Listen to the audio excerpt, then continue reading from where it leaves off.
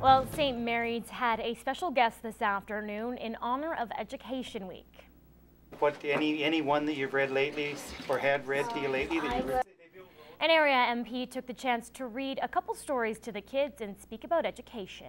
Canada has been a successful country because of the quality of education, and because we've brought people in from all around the world who brought in different points of view from around the world, and that's been critical. And if we're going to maintain our standard of living or improve it, it's going to come from education.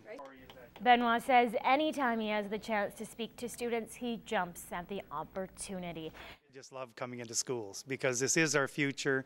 Of course, being a grandparent who just thrilled by my grandkids, you know, that makes it pretty easy. But I really do just love coming into schools, and reading to them is fun. And École Saint Thomas is also doing something special for Education Week. But for kids here, it's all about looking towards the future. Will Cortez explains. Halloween came just a bit early at the school. Kids were invited to participate in an activity to wrap up their Education Week. We asked the students to dress up as their future career. So we're hoping that they will think about their dreams in the future and that they are attainable.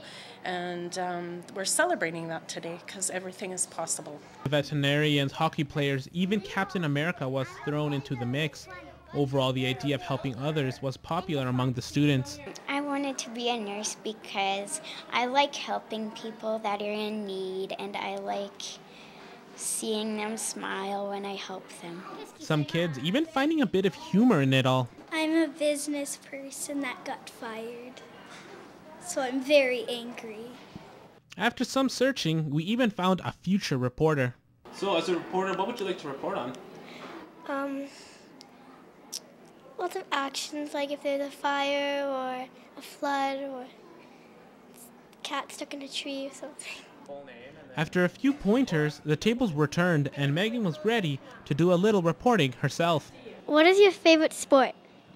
I like boxing, I like MMA, football, soccer, all kinds of sports.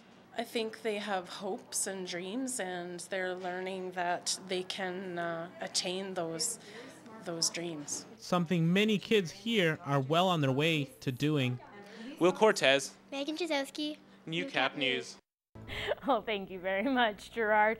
Well, another one of our Member of Parliament has been in the national spotlight over the past few weeks as the XL food crisis continues to surge on.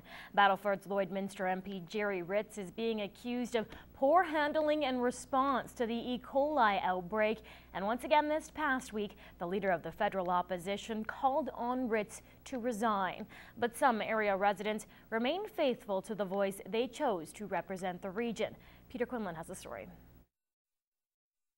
That minister's mismanagement is putting the livelihoods of communities, industries, and farmers at risk.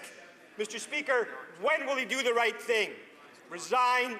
This was the scene yesterday in the House of Commons as politicians went head-to-head on the government's handling of the XL meat crisis. We continue to add resources to the CFIA to build a robust food safety system. In an exclusive interview with Newcap News, the Agriculture Minister affirmed that he will not be stepping down from his post. Well, I have no intention of doing that. You know, my sainted Irish mother would roll over in her grave if she ever thought I walked away from a situation like this. This is when you roll up your sleeves and get to work. I certainly am not buoyed by a lot of the half-truths and innuendo that are spread by the opposition. And here at home in Lloydminster, as residents watch their local MP being tackled down by the opposition, they too have many questions as to the way the government has handled the situation. Well, I don't know if you can ask everybody to resign when they make mistakes, but something should be done because, like, they knew about it a month before they even started to investigate it. Yeah, well, as a cattle person, it should have been taken care of a long time ago, and things just aren't progressing the way they should be. Residents we spoke with believe eventually the crisis will begin to have a negative impact on the region. Do you think it's affecting local farmers?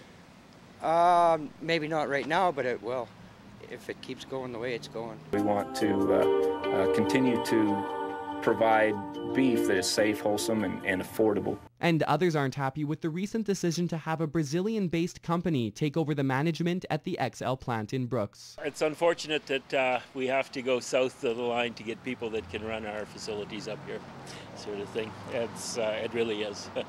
We should be able to do better than that, I think. But Ritz remains confident the government is doing all they can. Canadian consumers are this government's top priority when it comes to safe food. We're looking for pragmatic solutions. If the opposition really wanted to be helpful on food safety, they'd stop voting against our budget that continues to build the capacity of CFIA to do that job. Peter Quinlan, Newcap News.